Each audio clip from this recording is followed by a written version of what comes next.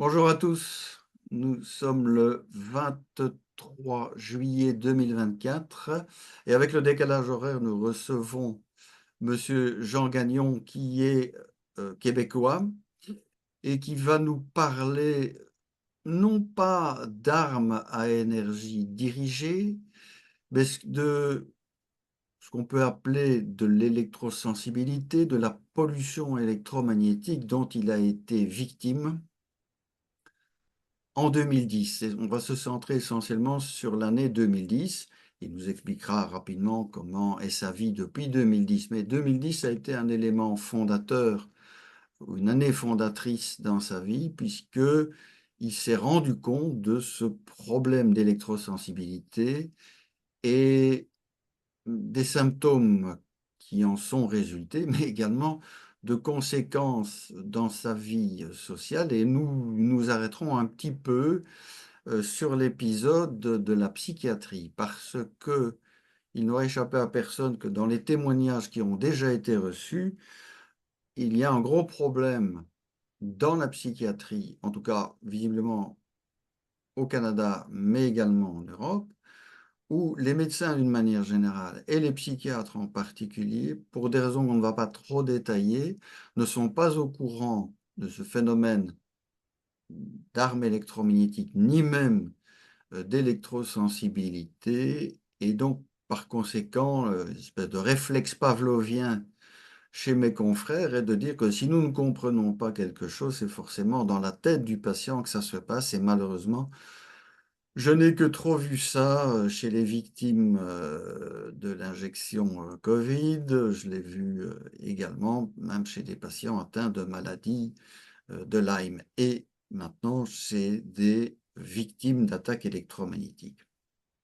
Donc, à gros traits, monsieur Gagnon va nous brosser la découverte par lui en 2010 de ce problème de la pollution électromagnétique et des conséquences qu'il en a subies et de ses rapports avec la psychiatrie. Je pense que c'est là-dessus que nous allons nous centrer. C'est un peu différent des attaques électromagnétiques délibérées, du gang stalking délibéré. Il ne s'agit pas de ça ici, mais c'est quelque chose qui est à la frontière et qui doit être noté parce qu'il y a quand même des points communs. Voilà, Monsieur Gagnon, bonjour. Je me suis permis de brosser à gros traits votre parcours, ou plus exactement la photo de 2010. Est-ce que vous pourriez nous dire d'abord dans quelles circonstances vous vous êtes aperçu par des symptômes qu'il y avait quelque chose qui clochait dans votre existence? Ben, les symptômes, les premiers symptômes, moi, j'ai eu des symptômes de serrement de tête. J'ai eu des symptômes de, de crampes dans les mollets de jambes. Euh, C'était mes premiers symptômes déterminants un peu, là.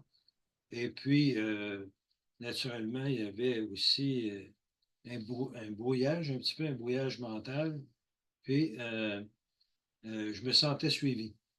Je me sentais suivi, je ne savais pas par quoi. Puis, j'ai pété une coche. Je peux dire un peu que j'ai pété une coche, que aujourd'hui, je vois ça différemment. Parce que j'ai pensé, oui, quand vous dites, on ne parlera pas tellement de gang stacking, mais ça m'a trotté dans la tête que oui, des, euh, je peux avoir des gens qui pouvaient m'en vouloir ou j'avais ces symptômes-là, qui étaient des symptômes. D'ailleurs, j'ai placé une plainte à la police, Sûreté du Québec, de harcèlement psychologique qui a été naturellement pas retenu, hein, et non fondé dans la réponse, puis tout ça. Mais je comprends très bien aujourd'hui que si je n'avais pas, avec le temps, compris qu'est-ce qui causait ça, je serais encore dans le même. dans le même délire, si vous voulez. C'est Ben, ça. Oui. c'est pas un délire. C'est le but de cette émission, c'est de faire prendre conscience à un Ouais. certain nombre de personnes qui ne se rendent pas compte de ces symptômes vagues qu'ils pourraient être liés à ce que vous avez vécu. Je dis pas délire dans le sens que, ben, en fait, euh, c'est c'est- c'est- c'est- c'est ce qui m'a été attitré par le psychiatre, un trouble délirant, puis après ça, un trouble délirant, puis Mais ça, on va revenir après si vous voulez bien, Monsieur Gagnon. Donc, restons peut-être en 2010 quand vous commencez à découvrir ce que vous appelez que vous êtes suivi. En tout cas, vos symptômes vous suivent et vous essayez de comprendre ce qui se passe. ben, j'essaye de comprendre, j'essaie surtout de m'en débarrasser. Puis, je m'aperçois que euh, quand j'ai eu ces symptômes-là importants, disons, au niveau de la jambe qui faisait comme un. Je disais, moi, je fais de la plongée sous-marine, puis des fois, avec des grosses pannes, là, ça arrivait que j'avais un mollet là, qui crampait, puis c'était difficile à enlever. Aujourd'hui, ça va m'arriver, bon, mais là, je n'en fais plus de plongée, là.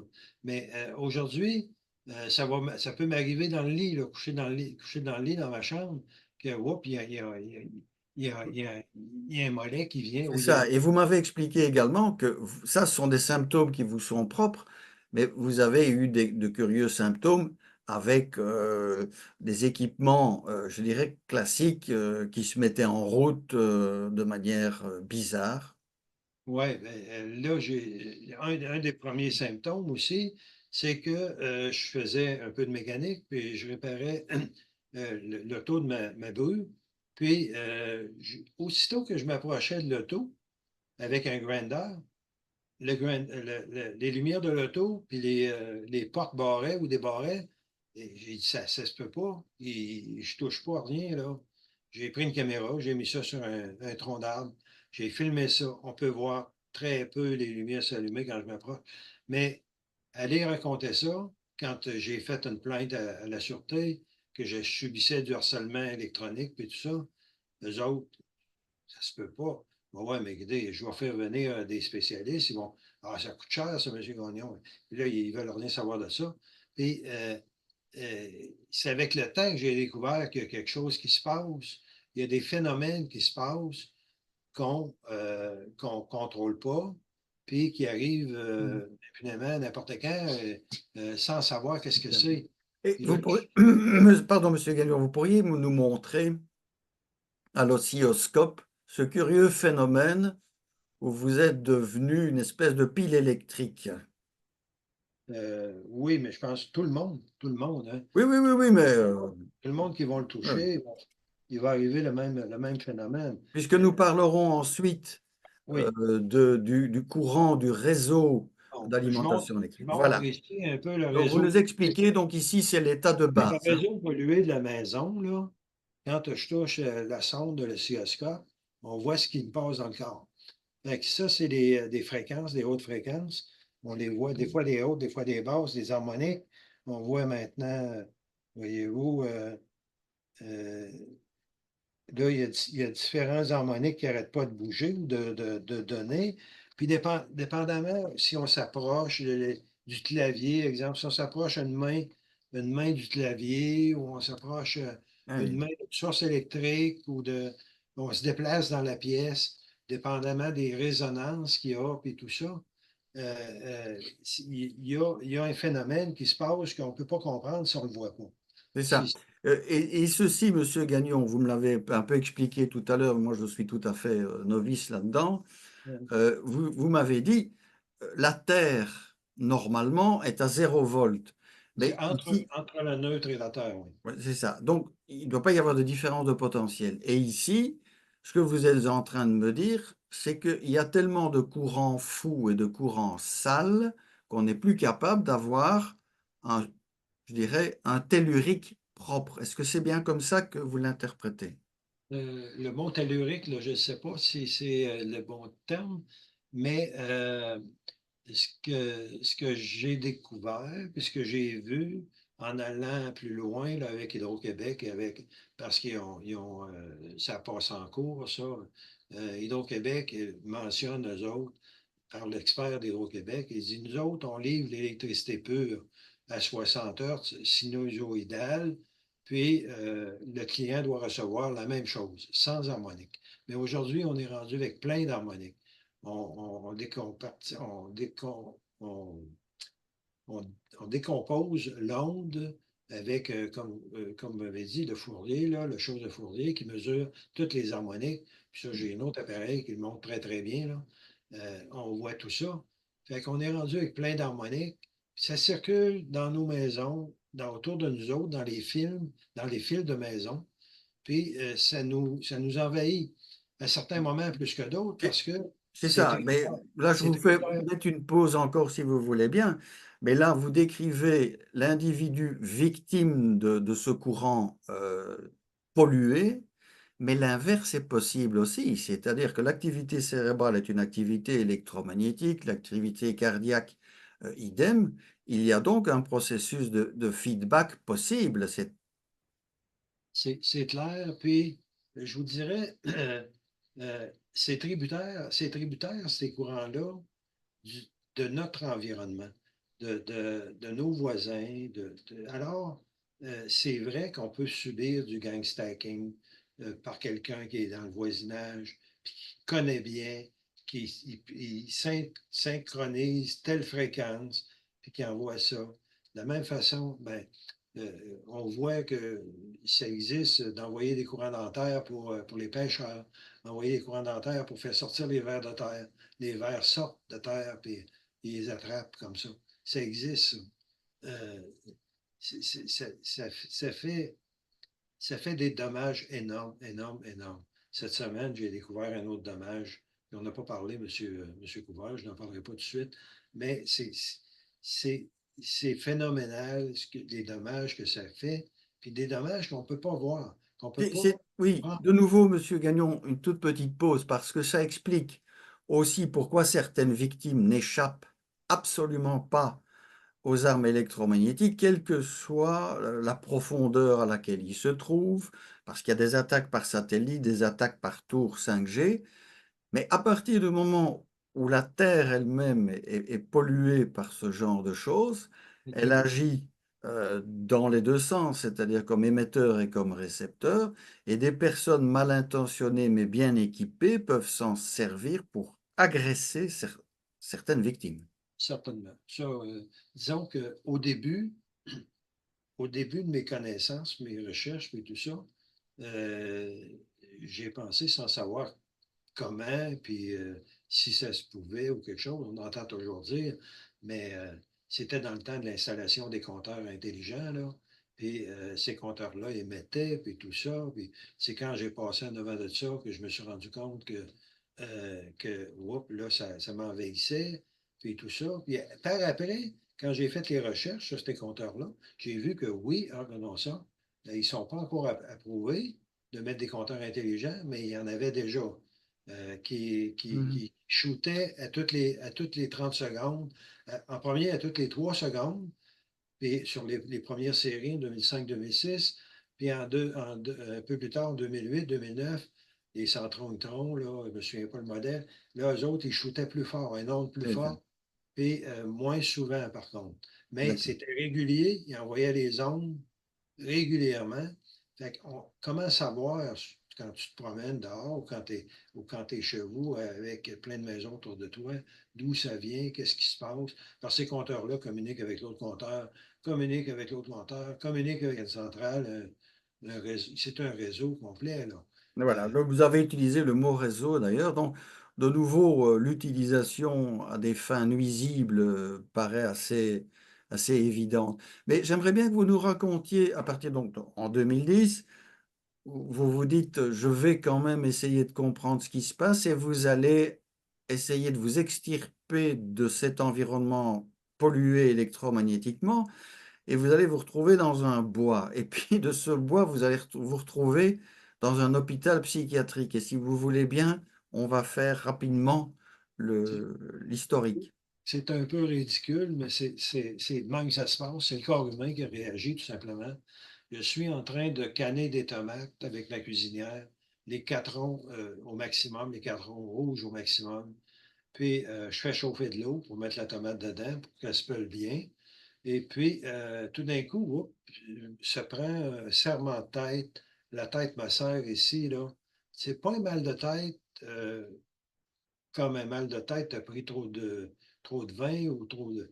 C'est un mal de tête, c'est un serrement de tête, comme tu es pris dans un étau. Et puis là, comme j'avais déjà eu dans la semaine précédente, la jambe, et le mollet et tout ça, la façon dont je m'étais sorti de ça, c'était de me déplacer. D'ailleurs, à l'époque, la première chose que je pouvais dire à quelqu'un, si tu as des problèmes, déplace, fais de l'air, bouge. Parce que c'est en bougeant que, ah, là, on change d'environnement. Et je ne savais pas pourquoi, mais c'est ça, ça marchait. Fait que moi, j'ai décidé, au moment que ça me sert la tête, les tomates, il est 9 heures du matin, là, j'ai dit, bon, je sors dehors, puis je vais en marcher une dizaine de minutes, oh, ça se replace. Puis là, j'ai juste une pensée, il faut que je retrouve mes enfants à 75 km de chez moi. Il y a quelque chose qui se passe que je ne comprends pas vraiment, ça n'a pas de bon sens. Fait que prends mon lunch, je mets ça dans le char, je prends mes affaires, portefeuille, caméra numérique, me sens dans mes poches. Je me sentais suivi. Fait que quand je bougeais avec le char, quand j'étais allé en ville, mettons, avant, je me sentais comme suivi. Je voyais plein d'antennes, des petits chars, des antennes, puis tout ça. J'avais un vieux char, c'était pas pareil, là. C'était des antennes douettes, puis c'était pas, tu sais, j'ai pas suivi cette technologie-là comme telle. Fait que là, je pars de la maison, je fais 4-5 entrées, puis là, ça sert encore plus, justement en passant en avant du compteur qui était le plus fort d'ici, parce que c'était une maison qui venait de se construire. Fait que sans savoir rien. Là, comme je me sentais incapable ou dangereux de conduire dans cet état-là, que la tête me serre, je rentre dans l'entrée, puis je laisse mon char là. Je pars à la course avec mes affaires dans mes poches, puis là, je m'en vais dans le bois, puis je m'éloigne de la route, puis je m'éloigne sans le savoir du système électrique d'Hydro-Québec. Fait que je m'éloigne, puis d'un coup, hop, la tension, on dirait que ça se replace. Je vois un petit chevreuil, je m'assieds, et tout ça. Fait que là, je mets des papiers accrochés dans le bois parce qu'il est 4 heures dans l'après-midi, 3h30. C'est sombre, c'est à l'automne. Puis, je vais être capable de me rendre, aller au téléphone qui est à 10 km dans le bois. Puis, c'est des idées de fou, là, mais c'est comme ça. Fait que je dis, moi, dans ma tête, je descends à 10 km, il y a un téléphone, il y a un téléphone, une cabine téléphonique, je vais pouvoir appeler mes enfants qui viennent me chercher. Puis, je pars, puis je rencontre un chasseur. Ce chasseur-là, je le connaissais parce que je faisais du ski de fond sur la terre, puis on s'était croisés, tout ça, j'avais demandé permission. Fait qu'il il me dit, il dit, Monsieur Gagnon, qu'est-ce qui se passe? Ben, j'ai dit, je ne sais pas ce que j'ai, je me sens suivi, il y a quelque chose qui se passe. C'est phénoménal. Voulez-vous que je vous reconduise chez vous? C'est pas tellement loin. Non, j'ai dit, je ne veux pas retourner chez nous. Je veux descendre voir mes fils, puis tout ça. Veux-tu embarquer avec moi? Je vais descendre. Lui, il est en train d'installer son camp de chasse. Et je vais descendre, je pars dans 15 minutes à 4 heures. J'ai dit non, non. J'ai dit, moi, je vais descendre à pied tranquillement dans le bois. Ah, ben, il dit, vous connaissez le bois. Il dit, il dit, vous avez juste écouté les chars passer sur la ligne, là, puis, il dit, à l'entendre les chars, vous allez toujours être sur le long de la ligne. Je ne sais pas, il n'a pas fait de jugement. Puis ça m'a surpris. J'ai récompensé par après. J'allais à l'Aille des Bois, puis j'ai emmené de l'Aille des Bois à tous les printemps.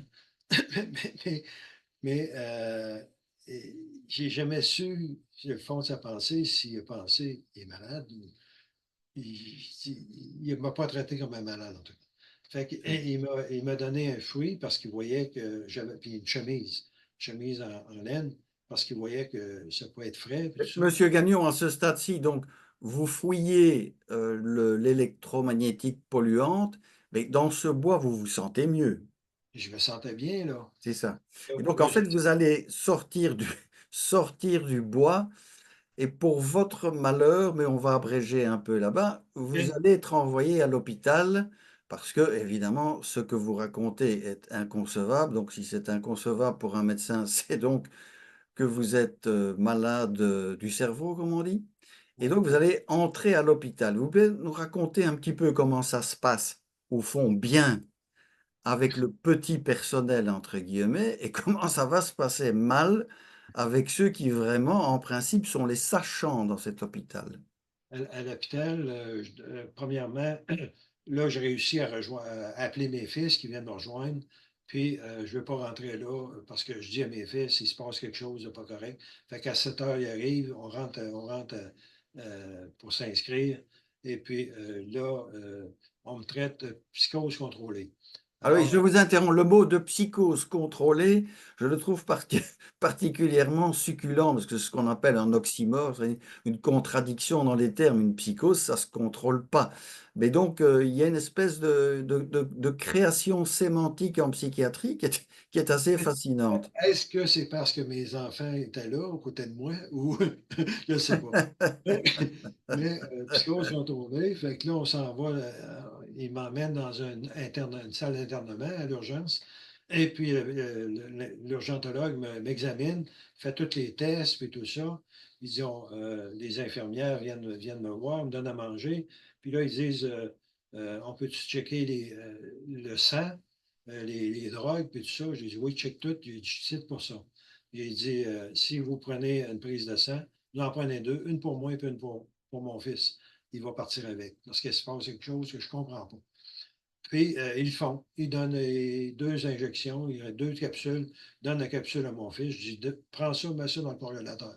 Pour plus tard, il y a quelque chose qu'on va découvrir, je ne sais pas c'est quoi. Fait que euh, là, il appelle un gardien de sécurité. Et il dit, vous allez passer la nuit ici. Vous allez coucher dans la salle dans la salle d'isolement. Et puis là, je me sens très, très mal. Dans la salle d'isolement, ça me pique partout, j'ai de la misère, je vois lumière la lumière au plafond là, qui flash, là. C'est ça. Donc, vous êtes retombé dans l'électrosmog de cette civilisation et ça ne vous convient pas.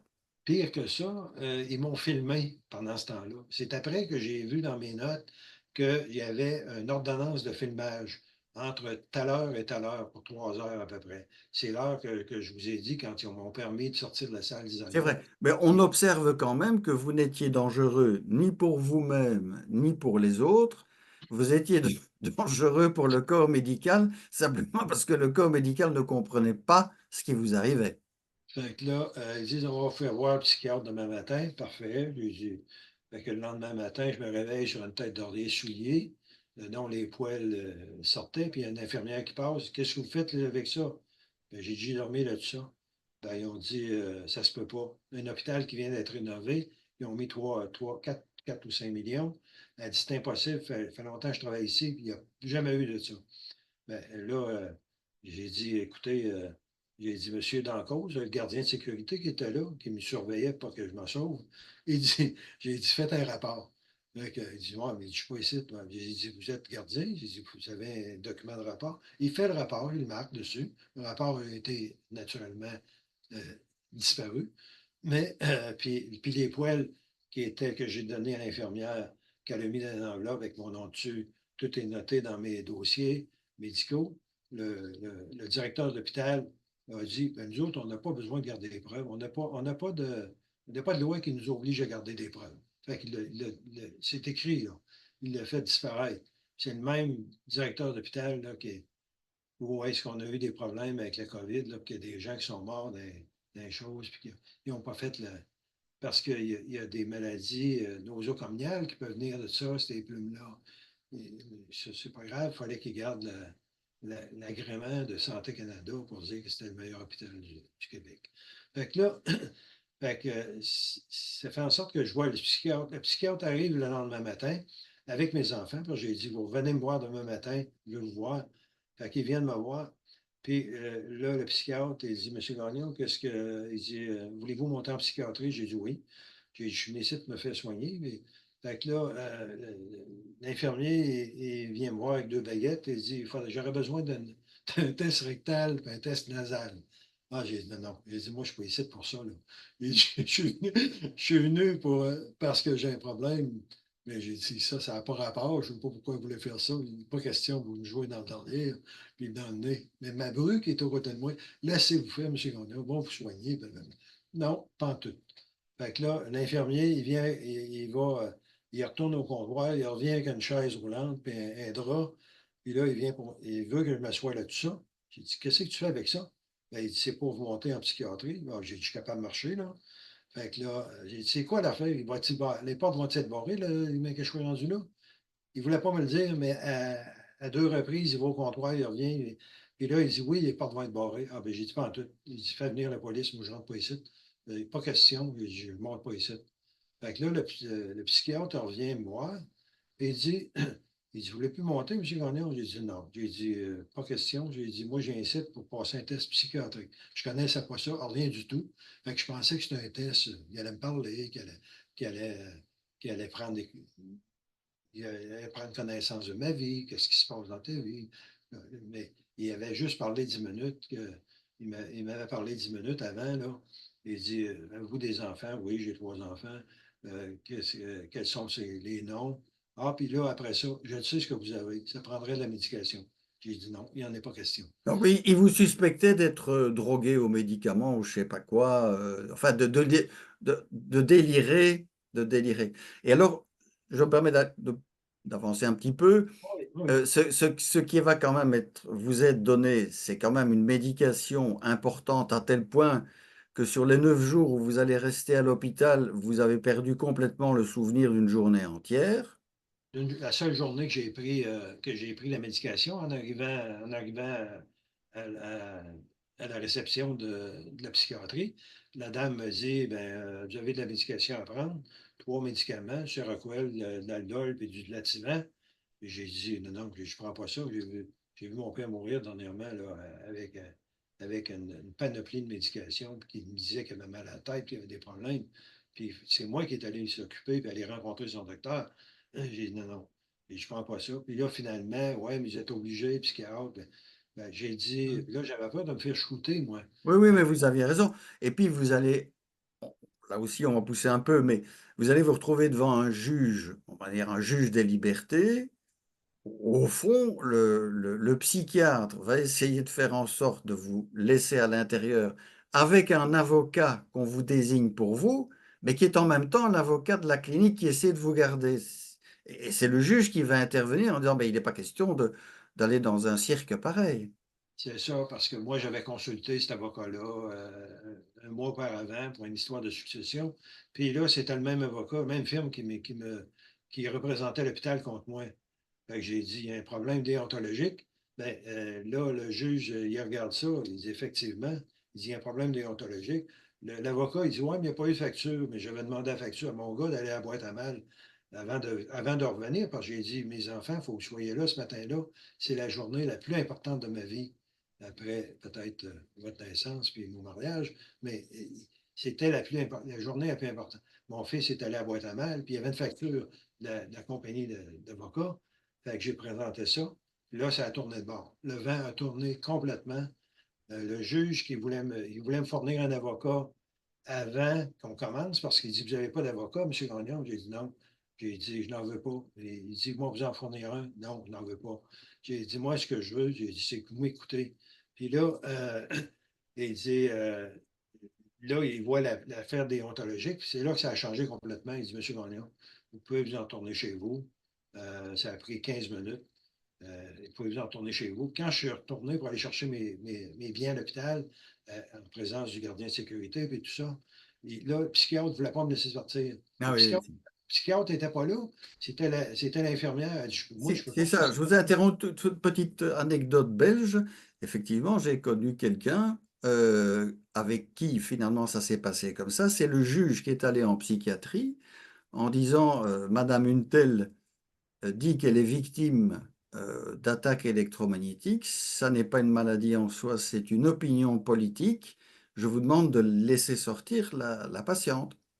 Et la Ben, juge a dû menacer, je dis bien menacer, le service de psychiatrie de faire venir les flics pour libérer la patiente qui ne voulait pas lâcher. On en arrive là, des deux côtés de l'Atlantique, visiblement.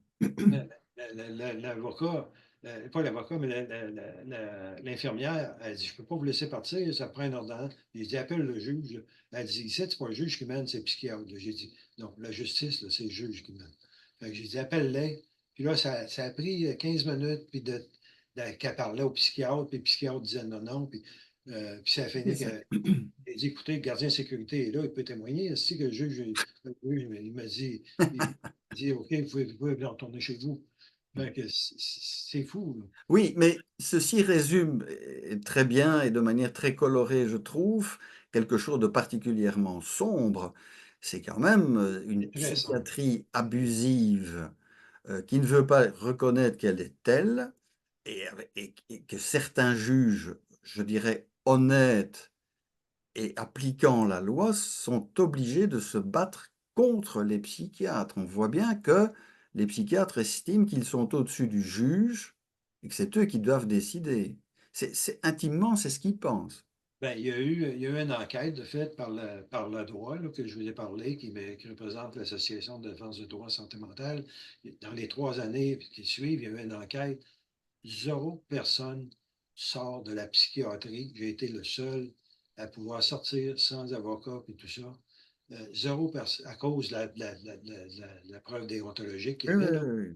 Et Donc en fait, c'est vraiment, vous avez pu sortir à cause, on peut dire, d'un vice de forme, au fond, qui n'avait rien à voir avec euh, votre, entre euh, guillemets, euh, pathologie. Mais s'il n'y avait pas eu ça, s'il n'y avait pas eu ça, vous seriez resté, arrêté là. hein? Oui. J'arrêtais là parce que la veille que je rentre là, il y a un petit gars qui devait être dans ma chambre. Il y avait 2 lits. Comme j'ai resté dans la salle d'isolement, j'ai pas pu. Mais lui, il vient me voir, il dit, demain, vous passez, vous allez en cours? J'ai dit oui. Il dit, voulez-vous vous raconter comment ça se passe? Petit gars intelligent. On parlait de mécanique ensemble et tout ça. Il dit, voulez-vous me raconter comment ça se passe? Il dit, quand je suis arrivé ici, j'ai pris 1,5 d'Aldol. Bon, j'ai dit, ça commence même, moi aussi. Fait que, il dit, il y a 10 ans, il dit, là, il dit, j'ai eu une ordonnance de garde dans l'établissement de 21 jours au moins. Pendant ce temps-là, ils m'ont médicamenté. Puis après ça, j'ai eu une ordonnance de traitement. Une ordonnance de traitement, là, tu es obligé de prendre la médication, te rapporter, puis tout ça. Fait que là, Oui, ça fait 10 ans, il dit, je rentre puis je sors, je rentre puis je sors. C'est comme si le petit gars m'avait poigné une poignée dans le dos, là, tiens-toi debout. Puis oui, oui, sort, tout à fait, tout à fait. sort. Mais on va peut-être maintenant arriver à la fin de cette interview, Monsieur Gagnon. Est-ce que vous pourriez nous expliquer, parce que tout ce que vous avez expliqué, c'était en 2010, mais depuis 14 ans, comment vous vivez au mieux, vous essayez de vous arranger pour souffrir le moins possible de cette agression électromagnétique J'ai polluante? J'ai pas le choix. Tous les jours, il faut que je quitte la maison. Depuis 5 ou 6 ans, depuis que j'ai découvert le poteau rose, qu'est-ce qui m'empoisonnait, je me suis défendu, qui est au Québec, et tout ça, il n'y a rien à faire. C'est trop majeur ce qui se passe. Et il faut que je quitte la maison, que j'aille dormir dans le bois. Je me suis mis des tentes dans le bois l'été, dormi dans mon char l'hiver. Puis là, je me suis acheté une petite vanne pour être mieux, pour être mieux. Puis c'est la seule solution que j'ai trouvée, moi, puis que je découvrais dernièrement avec comment est-ce qu'elle s'appelle, docteur, bon, son nom m'échappe, mais elle a un document sur Internet qu'elle explique que les gens qui sont prises avec des infrasons, la maladie vibroacoustique, euh, ils sont obligés, ceux qui veulent rester dans leur maison, restent dans leur maison, mais elle dit l'irradiation quand tu vas dans une salle IRM, une fois par année, il n'y a aucun problème. Mais quand tu l'as à tous les jours, ça finit par te rattraper. Elle dit, c'est tout ce qui peut compenser, c'est le sommeil. Il faut que tu aies un bon sommeil réparateur. Et c'est ça qui fait en sorte que je suis capable. Quand l'électricité est bien sale longtemps dans la journée, il faut que je sois plus longtemps à dormir jusqu'à 12 heures des fois. Puis là, je me relève, hop, c'est en forme, c'est revenu. Mais quand je n'ai pas ce sommeil-là, un sommeil réparateur, je retombe tout le temps, tout le temps, tout le temps. Alors, On vous notera que les victimes d'agressions délibérées évidemment, la torture principale, c'est justement de les empêcher de dormir. C'est ça. C'est officiel, c'est ça. Puis là, ça me rentre dans le corps. J'ai toutes sortes de symptômes que j'ai, la prostate et tout ça, qui s'améliore quand je m'en vais dormir dans le bois, qui revient normal. Les doigts qui crochissent, c'est la même chose.